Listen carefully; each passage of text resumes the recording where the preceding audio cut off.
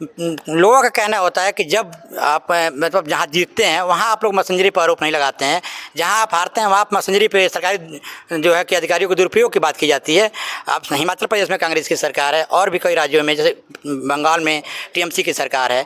तो आप इसको कैसे देखते हैं? लोगों का सवाल होता है, कई लोग हमसे बातचीत करते हैं तो हम कहते हैं हमसे कि जब वहाँ सरकार बनती है विपक्ष की पार्टियों की, वहाँ ये लोग आरोप नहीं लगाते हैं, जहाँ नहीं बनती है वहीं क्या आरोप होता है?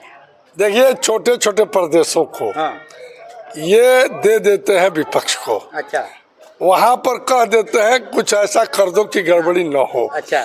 जो बड़े प्रदेश हैं उनको ये अपने कब्जे में लेना चाहते हैं। अच्छा। नमस्कार, हमारी उपस्थिति कुशीनगर जिले के दुधई विकासखंड के गांव ब्रह्मपुर में है और हमारे साथ समाजवादी पार्टी के पूर्व जिला अध्यक्ष कुशीनगर के मोहम्मद इलियास अंसारी जी हैं।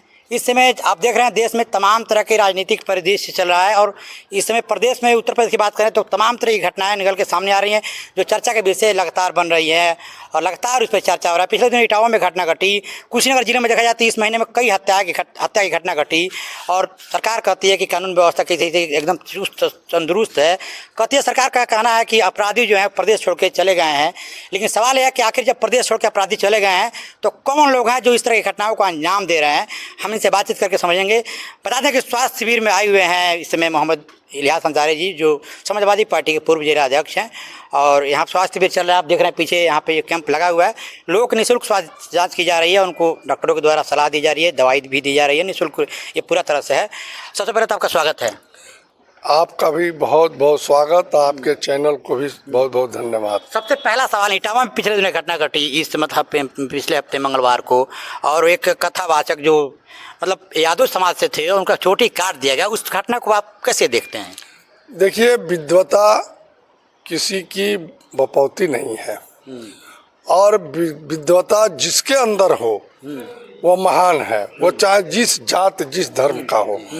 यहाँ तक कि अनुसूचित जात के लोग भी अगर विद्वान हैं तो उनकी इज्जत और सम्मान होनी चाहिए।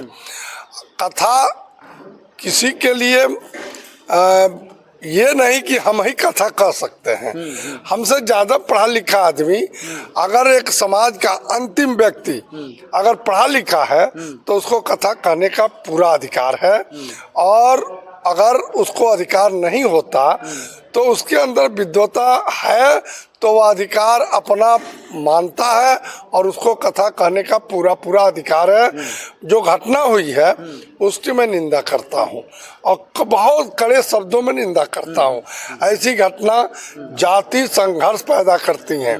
इस तरह की बातें जो वहाँ हुई हैं, पेशाब से शुद्धिकरण किया गया है। जो महिला है उसमें बाद में कथावाचक पे गंभीर आरोप लगाई है। मतलब जो महिला, आप मानते हैं इसको कि राजनीति से प्रेरित है? ये पूरी तरह से फर्जी है और लोगों ने, सत्ता पक्ष के लोगों ने उसको समझाया है कि तुम ऐसी बात कहना, इसलिए वो महिला इस तरह की बात कर रही है। कोई कथावाचक ये नहीं कह सकता है कि आप अपने हाथ से हमको खाना खिलाइए, ये बात कोई नहीं कह सकता है। इस ऐसा ये बातें ये लग रही हैं कि इसमें कोई दम नहीं है और ये एक बनावटी बात है। इस मामले को दबाने के लिए शासन सत्ता लगा हुआ है। मैं ऐसा समझता हूँ कि इस तरह की घटना इस प्रदेश में लगातार जो घट रहे हैं, जाति संघर्ष की ओर सरकार ले जाना चाहती है। हम लोग पूरी तरह से इस घटने से सबक सीखे हैं और हम लोग इनके चाल में पड़ने वाले नहीं हैं। हम कहीं जाति संघर्ष होने नहीं देंगे और हम लोग अखिलेश यादव के सिपाही हैं।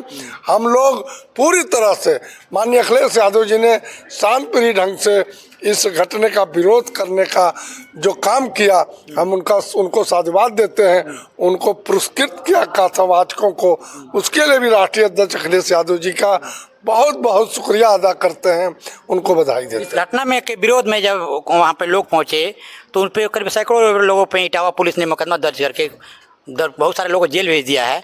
इसको आप कैसे देखते हैं? देखिए, ये सरकार दमनकारी सरकार है और ये सही बात कहने वाले, सरकार के खिलाफ बोलने वाले लोगों के ऊपर दमनकारी चक्र चला रही है, आंदोलन को कुचल रही है, सही बात कहने पर लोगों को पाबंदी लगा रही है।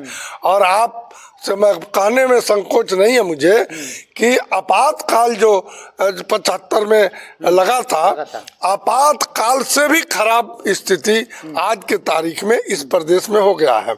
अभी आपने जिक्र किया हत्या की, एवरेज में इस जनपद में, इस जिले में इस महीने में कई हत्याएं की घटना घटी और सरकार कहती है कि प्रदेश छोड़ के अपराधी भाग गए हैं।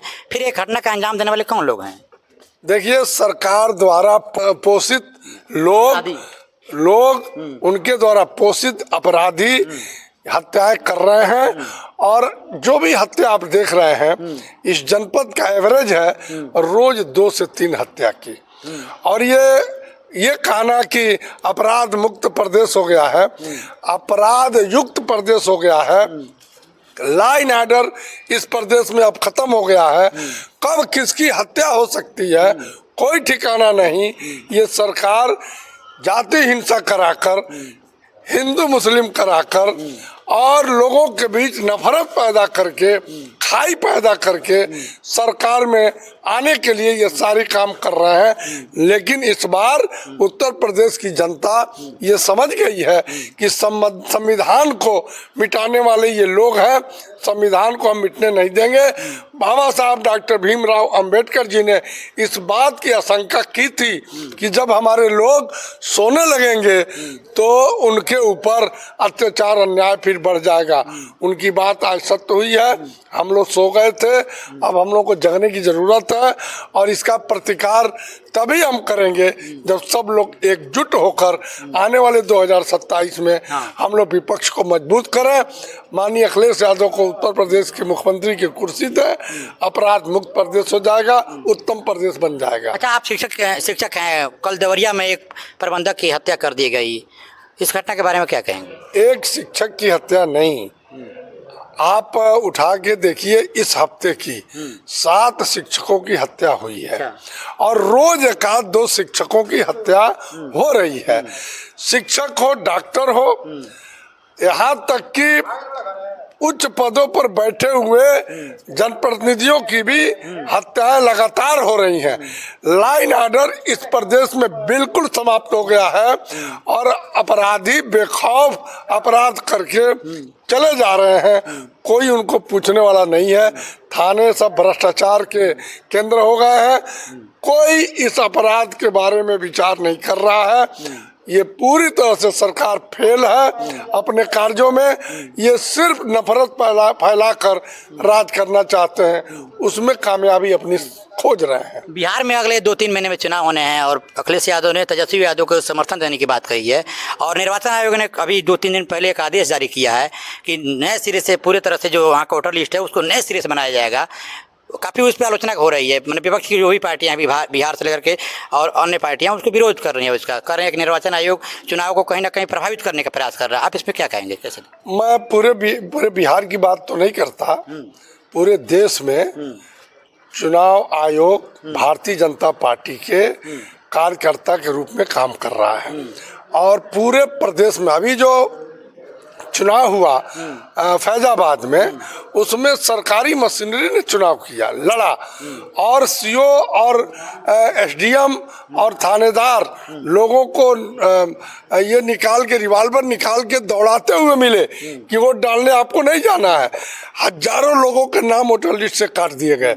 मैं आपको बहुत विश्वास के साथ कहना चाहता हूँ, ये चाहे इस बार जो कुछ कर लें, चाहे जो कुछ कर लें, इस बार हम लोग मुंह तोड़ जवाब देने के लिए तैयार हैं। बिहार में तेजस्वी यादव की आंधी चल रही है। आज के तारीख में चुनाव हो जाए तो तेजस्वी यादव 2/3 बहुमत से भी ऊपर के बहुमत लेकर आ रहे हैं और उत्तर प्रदेश भी इस बार खड़ा है अखिलेश यादव को लाने के लिए और संविधान बचाने के लिए।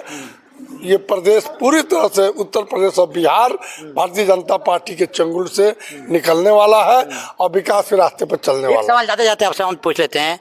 लोगों का कहना होता है कि जब आप मतलब जहाँ जीतते हैं वहाँ आप लोग मैसेंजरी पर आरोप नहीं लगाते हैं, जहाँ आप हारते हैं वहाँ आप मैसेंजरी पे सरकारी जो है कि अधिकारियों के दुरुपयोग की बात की जाती है। आप हिमाचल प्रदेश में कांग्रेस की सरकार है और भी कई राज्यों में, जैसे बंगाल में टीएमसी की सरकार है, तो आप इसको कैसे देखते हैं? लोगों का सवाल होता है, कई लोग हमसे बातचीत करते हैं तो हम कहते हैं हमसे कि जब वहाँ सरकार बनती है विपक्ष की पार्टियों की, वहाँ ये लोग आरोप नहीं लगाते हैं, जहाँ नहीं बनती है वहीं क्या आरोप होता है। देखिए छोटे छोटे प्रदेशों को हाँ। ये दे देते हैं विपक्ष को, अच्छा वहां पर कह देते हैं कुछ ऐसा कर दो कि गड़बड़ी न हो। अच्छा। जो बड़े प्रदेश हैं उनको ये अपने कब्जे में लेना चाहते हैं, अच्छा। इसलिए बड़े प्रदेशों में ये बेईमानी करते हैं। जहाँ तक बंगाल की बात है, ममता जी को मैं बहुत शुभकामना देता हूँ कि वो लाठी डंडा लेकर कम्युनिस्टों को खड़ा रखती है बूथ पर, कोई एक वोट भी इधर उधर नहीं कर सकता है, इसलिए वो अपने दम पर बंगाल जीतती हैं। उसी तर्ज पर हम समाजवादियों को भी अपने बूथ पर मजबूती से खड़ा होना पड़ेगा। ये लोग जहाँ प्रदेश छोटा प्रदेश है वो विपक्ष को दे देते हैं कि ये लोग कहेंगे कि भाई अगर बेईमानी हो रही है तो 10 सीट 20 सीट 30 सीट 40 सीट देने में कोई मुश्किल नहीं। जहाँ पर 400 सीटें हैं वहाँ न बेईमानी की जरूरत है, जहाँ 300 है 250 है वहाँ बेईमानी की जरूरत है। लेकिन इस बार हम लोग जागरूक हैं, चुनाव आयोग को इस बार हम लोग गड़बड़ी नहीं करने देंगे, चाहे जो परिस्थिति आवे हम लोग तैयार हैं लड़ने के लिए। एक सवाल और आपसे, पीडीए की बात कही जा रही है समाजवादी पार्टी के द्वारा 27 के चुनाव में, कैसे देखते हैं, क्या लगता है, मतलब सरकार समाजवादी पार्टी की बन जाएगी? देखिए ये एक भ्रांति है लोगों के अंदर कि पीडीए में केवल पिछड़ी जात हैं, अनुसूचित जात हैं। ऐसा नहीं है, पीडीए में सभी जात धर्म के लोग हैं। अगड़े ए से अगड़ा भी है, लेकिन वह अगड़ा है जो संविधान में विश्वास करता है, संविधान को मानता है। अब बाकी सभी जातियां, ईसाई, बौद्ध, सारी जातियां, मुसलमान, हिंदू की जितनी जातियां हैं ये सब पीडीए में आती हैं। अगले वर्ग के लोग भी आते हैं जो लोग बाबा साहब के संविधान पर विश्वास करते हैं। तो कौन बचता है? हम विश्वास के साथ आपसे कहना चाहते हैं, पीडीए को साथ लेकर सभी पीडीए को इकट्ठा करके उत्तर प्रदेश में भारी बहुमत से हम 350 सीटें पाएंगे और सरकार बनाएंगे। बिहार में भी हमारी सरकार बनेगी, ये हम आपसे बहुत साफ तौर पे विश्वास के साथ कहना चाहते हैं। तो देख रहे थे आप, हमारे साथ समाजवादी पार्टी के कुशीनगर के पूर्व जिला अध्यक्ष मोहम्मद इलियास अंसारी जी थे। दुधही ब्लॉक के ब्रह्मपुर गांव में स्वास्थ्य शिविर में उद्घाटन करने के लिए आए थे शिविर को, और हमसे बातचीत कर रहे थे। तमाम तरह सारी सवालों का इन्होंने खुलकर जवाब दिया है, और इनका दावा है कि 2027 के विधानसभा चुनाव में उत्तर प्रदेश में समाजवादी पार्टी की सरकार बनेगी। अब देखने वाली बात होगी, समय बताएगा कि समाजवादी पार्टी की सरकार बनती है या कुछ और होता है।